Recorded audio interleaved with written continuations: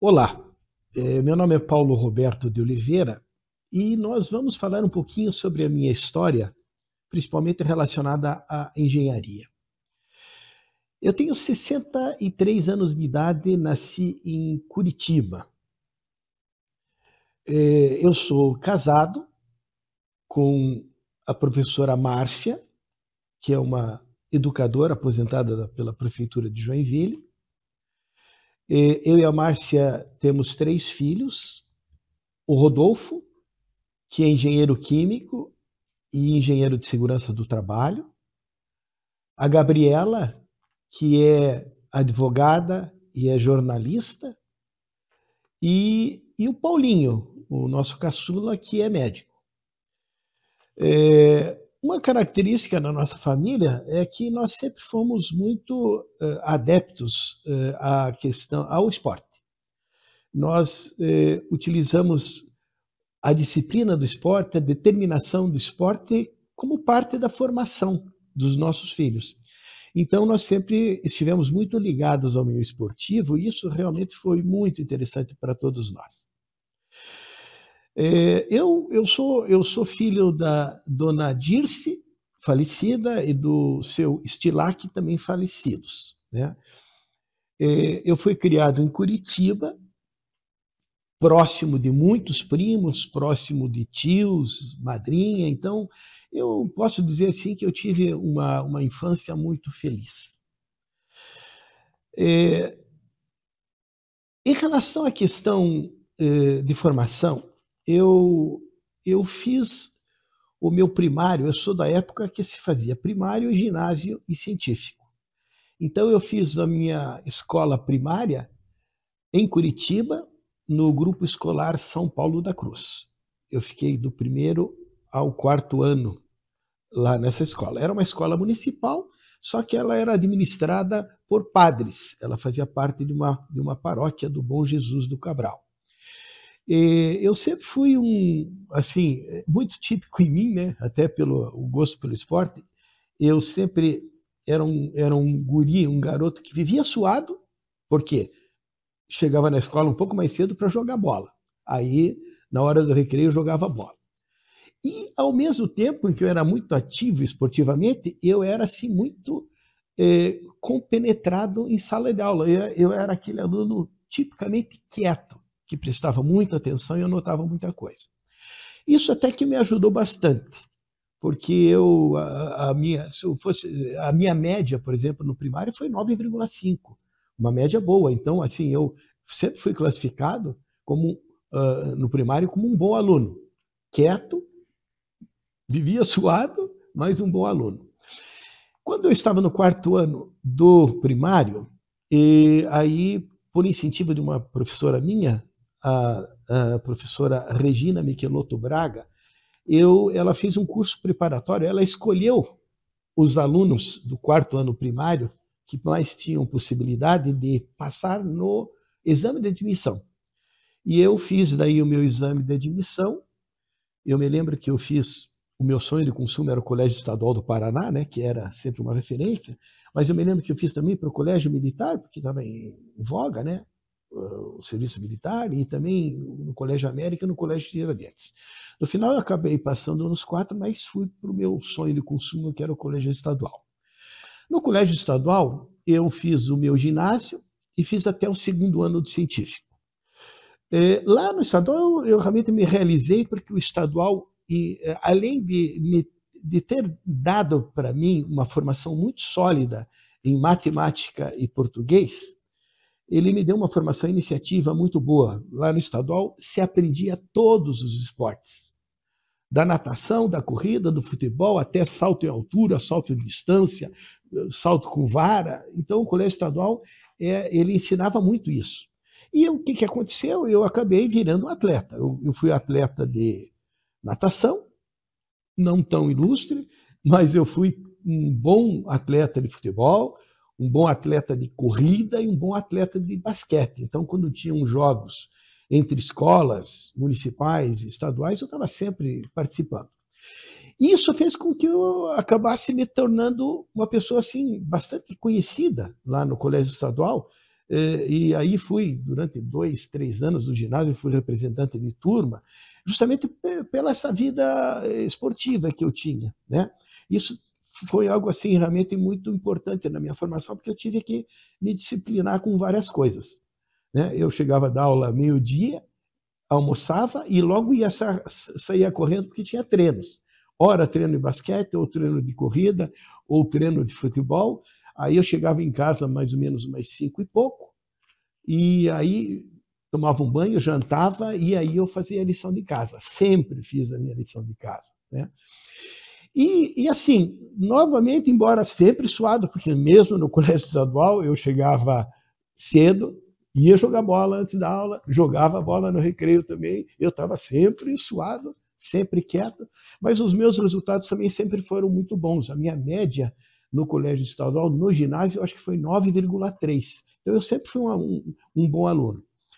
Depois, aí eu comecei o científico. No primeiro ano do científico, eu estudei ainda de manhã, né? E enquanto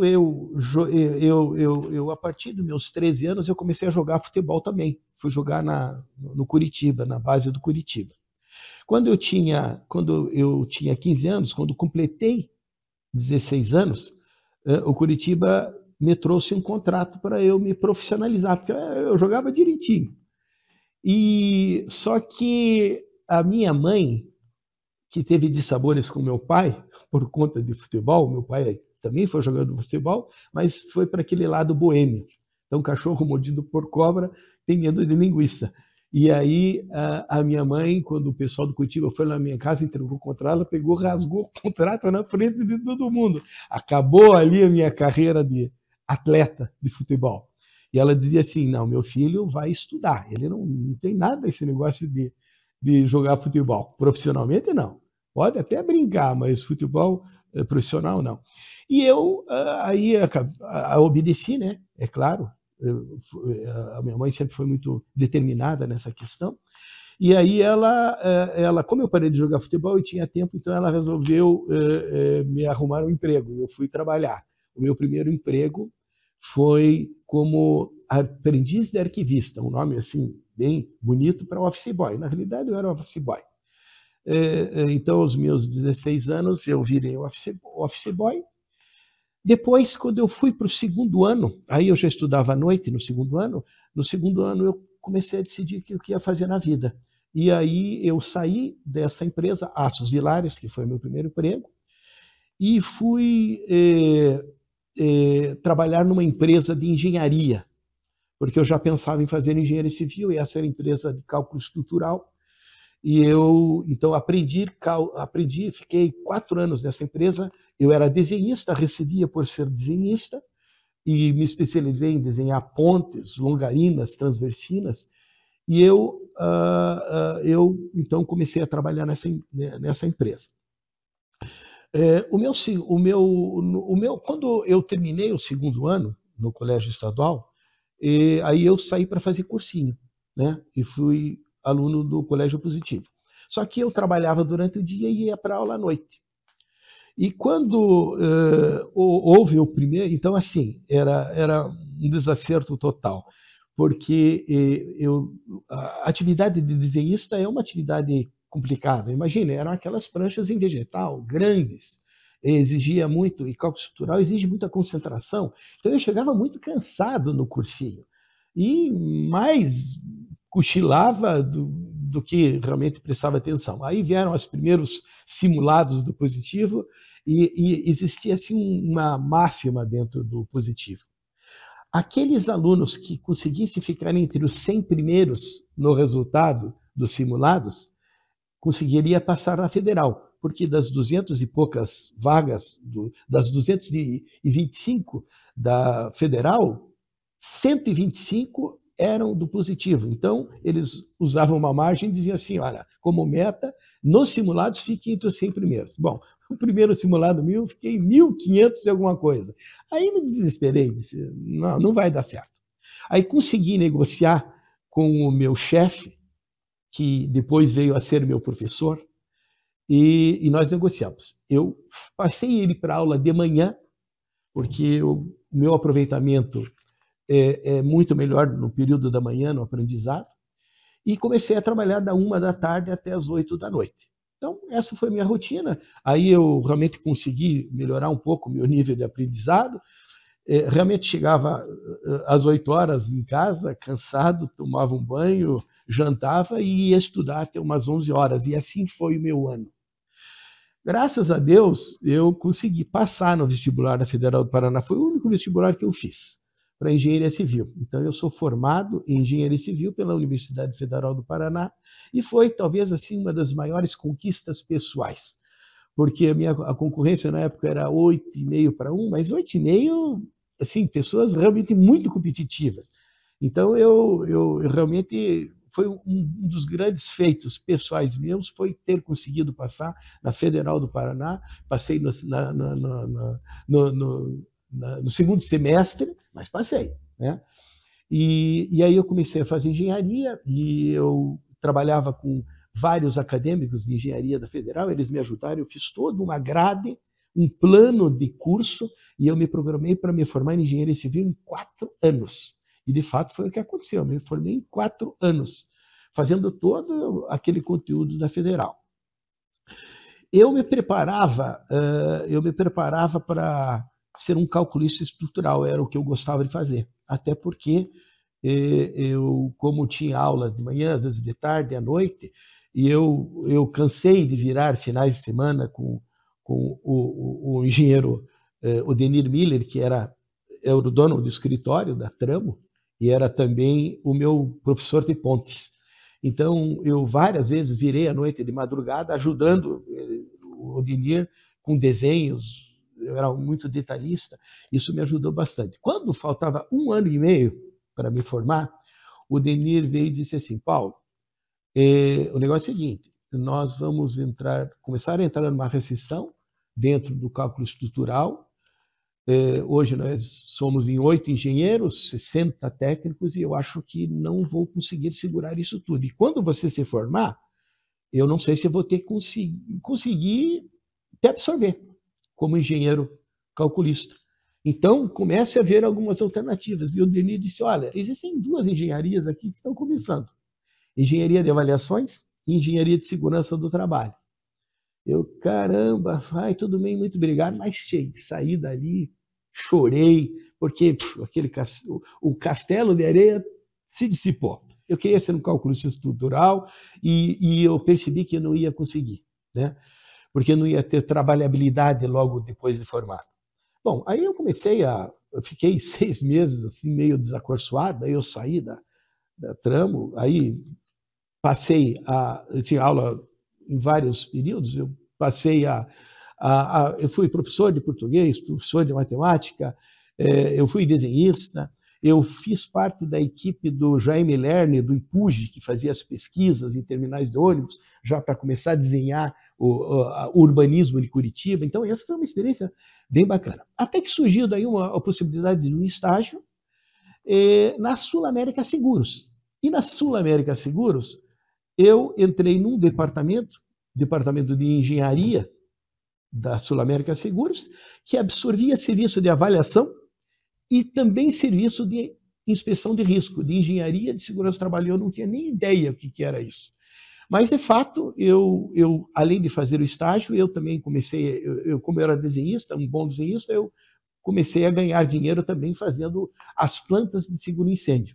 Então, a minha primeira grande aprendizado profissional foi projetar e avaliar sistemas de prevenção e combate ao incêndio. Então, eu ia nas empresas, fazia a avaliação dos riscos, fazia a planta e dizia para a seguradora quanto que deveria ser cobrado daquela empresa e para aquela empresa o que ela poderia fazer para reduzir os seus custos através da adoção de medidas de controle. Então, eu já começava a desenvolver aquele meu lado de prevenção.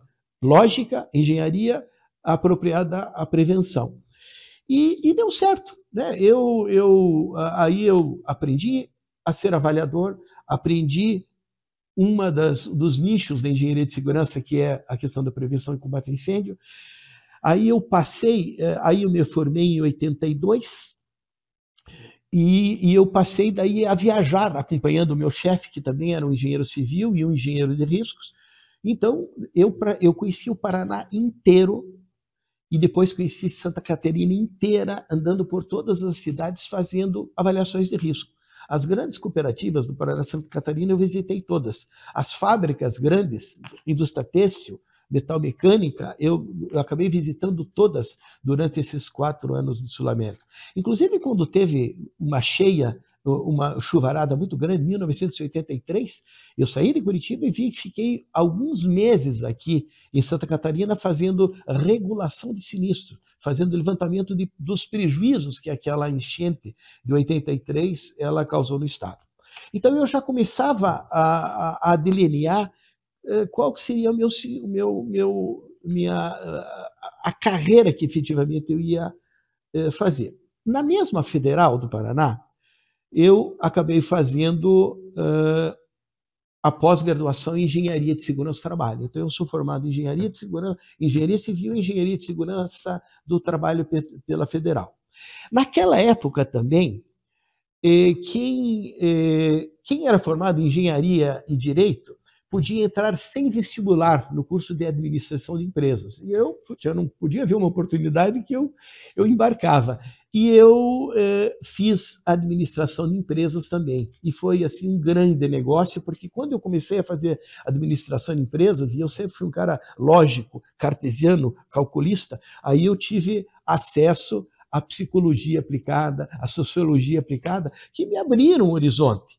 E aí fiz engenharia de segurança junto com sociologia aplicada. Eu realmente pensei, puxa vida, quando eu crescer eu quero ser um engenheiro de segurança do trabalho, mas eu quero ser dono do meu próprio negócio. Bom, o que aconteceu? Eu fiquei daí na Sul América até 1986, e aí surgiu a oportunidade do meu primeiro emprego como engenheiro de segurança do trabalho, e aí eu fui contratado pela Perdigão, em Videira, e depois lá eu fui direcionado para a unidade de Capinzal. Fiquei 1 ano lá na Perdigão, né? E eu fui contratado pela Perdigão porque eu era engenheiro de segurança do trabalho, porque eu tinha uma boa base de prevenção e combate a incêndio, e porque eu era um administrador de empresas. Logo, eu fui direcionado para uma área de RH. Quando eu cheguei lá, 26 anos, eu tinha 26, né? Isso foi em 86. Logo de cara, você é engenheiro de segurança do trabalho. Mas diziam assim, engenheiro de segurança não tem muito o que fazer, então vamos fazer o seguinte, você também vai ficar responsável por toda a área de saúde ocupacional, ambulatórios, médicos, a segurança patrimonial também, e restaurante e lavanderia, que eram as áreas afetas a RH. Então, de repente, eu com 26 anos, pouca experiência de vida, virei chefe de quase 280 pessoas. Eu era novo, né? Eu sempre tive cara de piá, eu era novo. Então, de repente, eu tinha 280 pessoas para liderar. Foi um aprendizado também, porque aquilo que eu aprendi na teoria, na administração, eu tive que praticar, né? Bom, aí o que aconteceu? Só que assim, eu já começava a delinear o meu lado humano, holístico. Então, eu passei a exigir muito dos meus chefes lá na Perdigão para melhorar, principalmente, segurança de máquinas. Então, eu toda hora estava fazendo ordens de serviço para o pessoal da manutenção, né? E aí isso acabou fazendo com que as pessoas ficassem um pouco divididas em relação a mim. Uns gostavam de mim, outros não gostavam porque eu acabava levantando muita poeira naquilo que eu fazia. Mas eu me dava, como eu jogava bola, e aí eu também, esse é outro negócio legal, aí eu passei a jogar futebol de salão no time da Perdigão, que era Videira, e eu ficava em Capinzal, mas eu comecei a jogar futebol de salão também, e isso também gerou amizades, né? Então eu tinha, das pessoas que trabalhavam lá, das lideranças, dos gerentes da Perdigão, que jogavam bola, eu acabei virando amigo. Então eu tinha metade me amava e o outro não me amava. Bom, o que aconteceu? aí eu acho que deve ter sido colocado em discussão, putz, esse cara está incomodando demais, esse engenheiro de segurança do trabalho só quer fazer as coisas acontecerem. E aí eles disseram assim, bom, então isso quer dizer que está sobrando muito tempo. Então, além de todas essas áreas que eu assumi, eles ainda me deram obras civis, para gerenciar obras civis, extração de tratamento de água e caldeiras. Um frigorífico não funciona sem água, sem caldeira. E da repente estava lá eu, já com quase 400 pessoas subordinadas, mas aí eu já não gostava mais de trabalhar com obra civil, gerenciar mestre de obra, pedreiro. Aí eu comecei assim, meio que entrar em crise existencial. Mas, de fato, eu acho que eu incomodei tanto que quando teve uma queda no mercado, lá houve uma demissão em massa, lá na Perdigão, muitas pessoas foram mandadas embora, inclusive eu. Então, eu fui desligado da Perdigão e voltei para Curitiba. E logo em seguida apareceu uma oportunidade no Grupo Hansen. E eu fui daí contratado como engenheiro de segurança do Grupo Hansen. E dentro do Grupo Hansen eu fui direcionado para a CIPLA, que foi a minha maior escola, porque eu tive a oportunidade de definir uma política de segurança do trabalho dentro de uma empresa familiar, né? Eu me lembro o meu gerente, Victor Esquerdo, uma pessoa que eu admirei muito durante todo esse período que a gente trabalhou. No primeiro mês de trabalho, como parte da minha integração, ele me mandou para São Paulo para eu conhecer a política de segurança da GM, da Alcan e da Auto Latina, que era Ford na época, né? Então eu fiquei lá praticamente um mês conhecendo a política deles, com a missão de desenhar, escrever e implantar a política de segurança do trabalho da CIPLA para todas as unidades que tinha. Então isso foi um aprendizado muito grande. Até hoje eu ofereço serviço de consultoria dentro da engenharia de segurança do trabalho, me apropriando daquilo que tive oportunidade prática de vivenciar, né?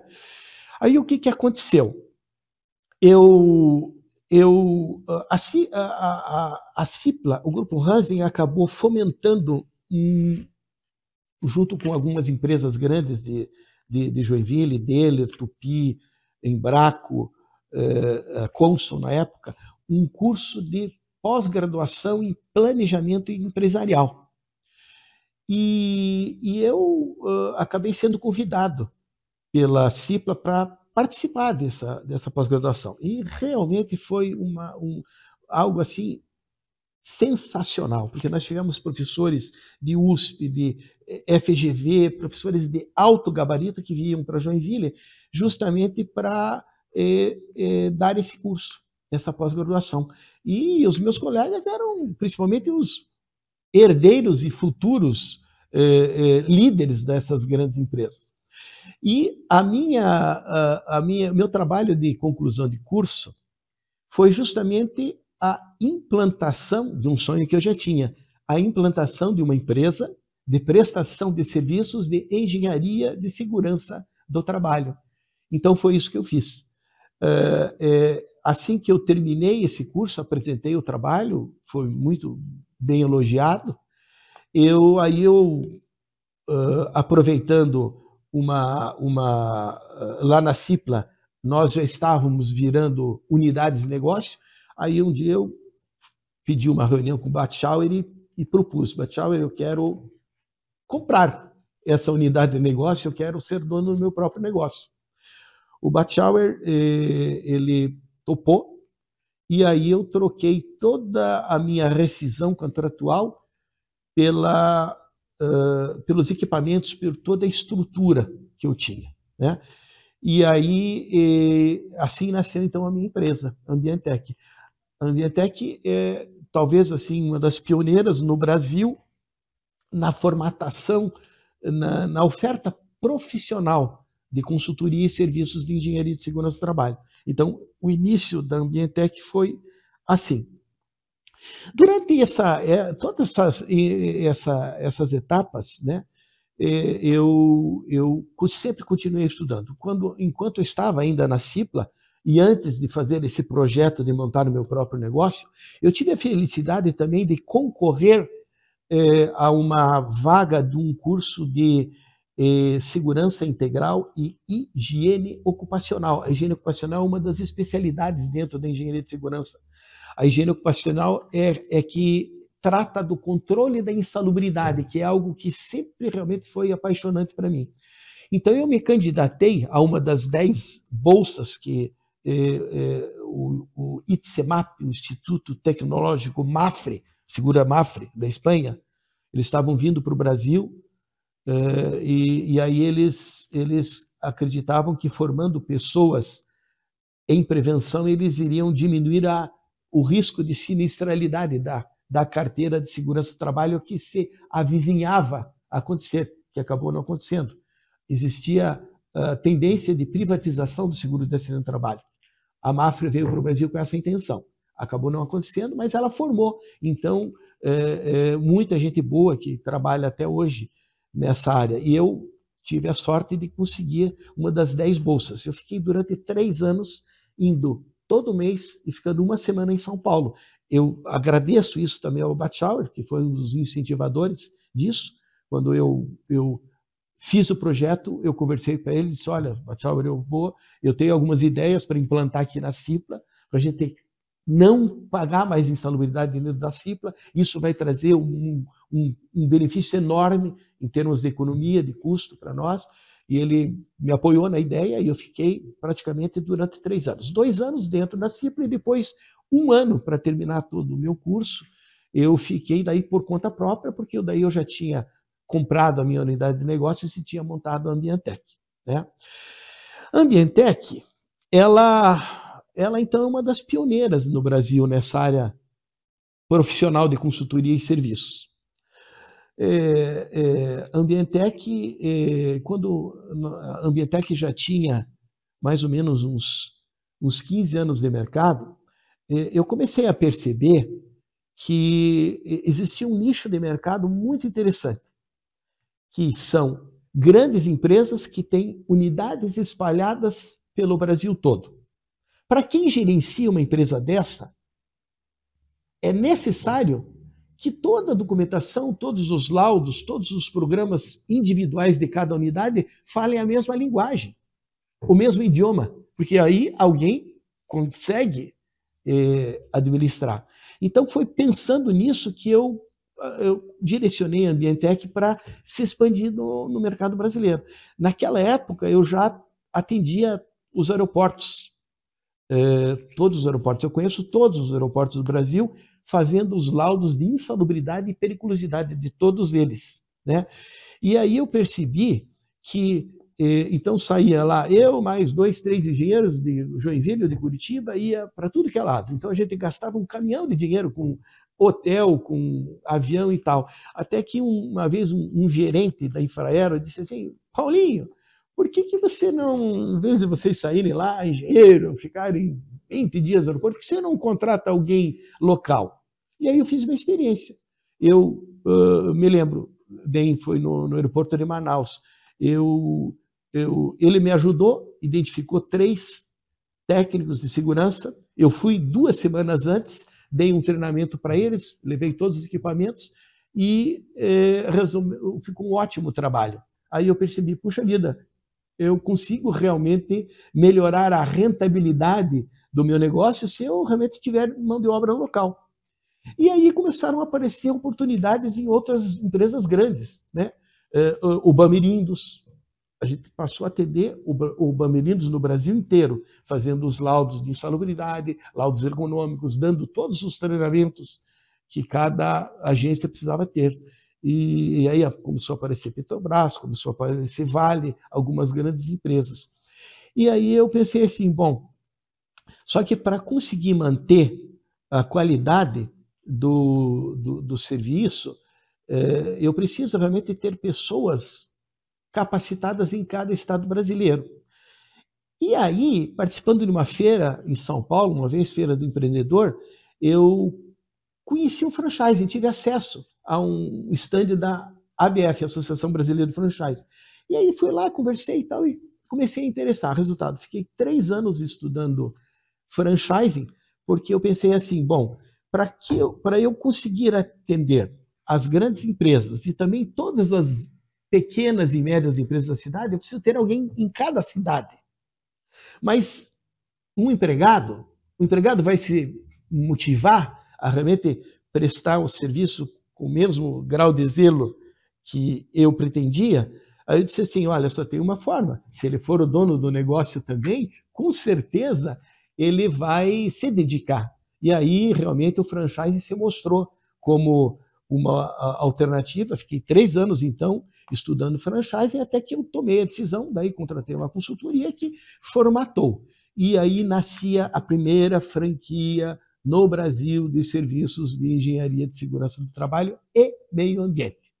Porque nesse intervalo também eu acabei fazendo o meu mestrado lá na FURB de engenharia ambiental, porque eu queria conhecer realmente a sinergia entre engenharia de segurança do trabalho e meio ambiente. Por quê?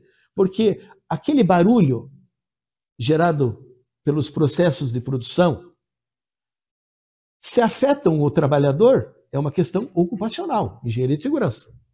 Mas se afeta o vizinho da empresa, a sociedade, a comunidade, passa a ser um problema ambiental. Mas o ruído é o mesmo. Se eu resolver o problema do ruído na fonte, ela vai beneficiar o trabalhador e vai beneficiar a sociedade. E eu precisava entender essa dinâmica. Aí eu fiz o mestrado, um ótimo mestrado, inclusive, e aí apareceram a oportunidade, 2 sócios, e nós montamos uma empresa específica de consultoria de meio ambiente. Então, a Ambientec já tinha um braço de engenharia de segurança e um braço de meio ambiente. E assim foi e assim é até hoje, né? Então, a franquia, hoje nós estamos, a Ambientec hoje ela está com 32 anos de vida. Nós temos hoje quase 28 unidades em 12 diferentes estados brasileiros. Cada unidade da Ambientec, com o engenheiro é dono do seu próprio negócio. Então, extremamente motivado. O que cabe a mim? Mantê-lo sempre capacitado, informado, tecnologicamente ativo. Então, e como eu tenho um viés de educador, eu sou professor de engenharia de segurança e de administração aplicada aqui na Univille, na Univale, na Unidade agora. Então, eu tenho uma veia educadora. E é isso que eu faço. Eu acabo orientando, ajudando, educando os engenheiros de segurança para que eles trabalhem dentro de uma filosofia de trabalho, né? Então, o projeto de franquia foi uma coisa assim, muito interessante. Toda a minha formação de franchising foi dentro da Associação Brasileira de Franchising. A Associação Brasileira de Franchising tem o selo de excelência. Quem é que ganha o selo de excelência? Aquela organização, aquela empresa, aquela marca que tem uma boa estrutura, né, de formatação e tem nível de satisfação dos seus franqueados ótimo. Então, a franquia que consegue isso, ela ganha o selo de excelência. E nós ganhamos aí durante 4 anos esse selo de excelência. Então, nós somos bons franqueadores e geramos oportunidade realmente para muitos engenheiros de segurança que estão espalhados aí pelo Brasil. Mais recentemente, a questão de uns 2 anos atrás, a gente evoluiu do franchising para licenciamento. Por quê? Porque o franchising ele exige formatação, padrão. O serviço de engenharia de segurança dentro da minha empresa, às vezes, é artesanal. É você entender o problema daquela empresa que tem aquela cultura e estabelecer um plano de trabalho. Então, é uma coisa que depende muito do engenheiro de segurança responsável técnico. E o franchising, eu comecei a perceber, colidia um pouco com esse princípio. O engenheiro responsável técnico por uma empresa de engenharia, ele tem que ter autonomia. E eu percebi que eu comecei a tirar a autonomia desse engenheiro. Então, aí, novamente, eu sempre fui muito ligado à ABF. Eu fui muito ligado até porque eu ia aprender franchising, e o franchising hoje é muito maduro no varejo. Para serviços, nem tanto. Então, eu ouvia em varejês e traduzia para os servicês. Isso fazia com que eu perguntasse muito, assim, eu enchia o saco dos professores, no bom sentido, e eu acabava, às vezes, tendo que contar cases da nossa franquia, como é que a gente estava resolvendo alguns problemas. Então, assim, eu fui muito participante dentro da ABF. E a ABF, há uns 4 anos atrás, ela lançou um projeto de mentoria. O que era esse projeto de mentoria? Aqueles grandes franqueadores, Boticário, McDonald's, eles iriam mentorar franquias emergentes, que tivessem um bom potencial de crescimento e fossem emergentes. E eu, novamente, me candidatei, fiquei com uma das 10 vagas também, 10 bolsas. E aí eu fui mentorado por uma pessoa, assim, o Aristides, da Localiza, que é uma pessoa, assim, totalmente iluminada. Bom, a Localiza, ele é fundador, é uma das maiores franquias do Brasil e do mundo, né? E ele me ajudou a perceber que realmente serviços de engenharia, de segurança do trabalho, engessam demais para quem tem que ter autonomia, o engenheiro responsável técnico. Então, eu acabei migrando toda a formatação de franquia para licenciamento. O princípio é o mesmo, né? Nós continuamos tendo toda uma estrutura, né? O franqueador é o irmão mais velho e o franqueado é o irmão mais novo. O irmão mais novo, quando tem problema, pergunta para o irmão mais velho o que fazer. Em síntese, é isso, né? O franqueador é o orientador da dissertação de mestrado, mas quem tem que fazer e escrever é o franqueado. Então, essa é mais ou menos uma analogia. Então, a gente migrou para o licenciamento, com isso a gente acabou reduzindo drasticamente os nossos custos fixos como estrutura de franqueador e transferimos para o nosso franqueado benefício. Então, nós trabalhávamos com uma taxa de franquia de 10% sobre a receita, hoje 4% sobre a receita. Então, assim, foi 100% de adesão. Na época eram 24 unidades franqueadas, as 24 ficaram super felizes com o modelo de negócio. Então, isso daqui é uma coisa realmente que deu muito certo e hoje continua dando certo. Hoje a Ambientec é uma marca que fatura aí seus 15 milhões de reais por ano e grande parte dessa receita vem da rede licenciada, né? Eu também tenho, assim, eu tenho um histórico muito grande com o CAJ, né? O CAJ, em 1900 eu vim para Joinville em 1988. Em 1988 eu já me associei ao CAJ, porque eu já era muito adepto do associativismo no tempo de estudante em Curitiba. Eu fazia parte em Curitiba lá do Instituto de Engenharia do Paraná e lá tinha a categoria de sócio aspirante. Quem estivesse fazendo curso de engenharia podia ser um sócio aspirante do Instituto de Engenharia do Paraná. Então eu já vim com essa ideia de associativismo de lá. E quando eu cheguei em Joinville, aí já fiquei conhecendo o CAJ, e aí vi que eles tinham também um baita de um campeonato de futebol, e eu me associei ao CAJ, estou desde 1988 associado, já fiz parte de diretoria, eu já fui até vice-presidente do engenheiro Alfredo, então eu sempre procurei colaborar com o CAJ, né? Através do CAJ, eu acabei sendo indicado e fui eleito para conselheiro do CREA. Então, eu hoje sou conselheiro do CREA de Santa Catarina pelo CAJ. Eu já estou no meu 11º ano. Durante os 5 primeiros anos, eu fui conselheiro do CAJ pela Câmara de Engenharia Civil. E nos últimos 5 anos, agora pela Câmara de Engenharia de Segurança do Trabalho. Então, eu fui conselheiro, fui coordenador, hoje sou coordenador da Câmara de Engenharia de Segurança do Trabalho, do CREA de Santa Catarina, e eu também fui eleito como coordenador nacional das coordenadorias de engenharia de segurança do trabalho. Então, eu tenho também uma missão, uma demanda de tempo relativamente grande, tentando uniformizar no Brasil inteiro todos os bons procedimentos que nós devemos ter dentro de uma Câmara especializada. Então, hoje eu sou coordenador nacional da Câmara de Engenharia de Segurança do Trabalho.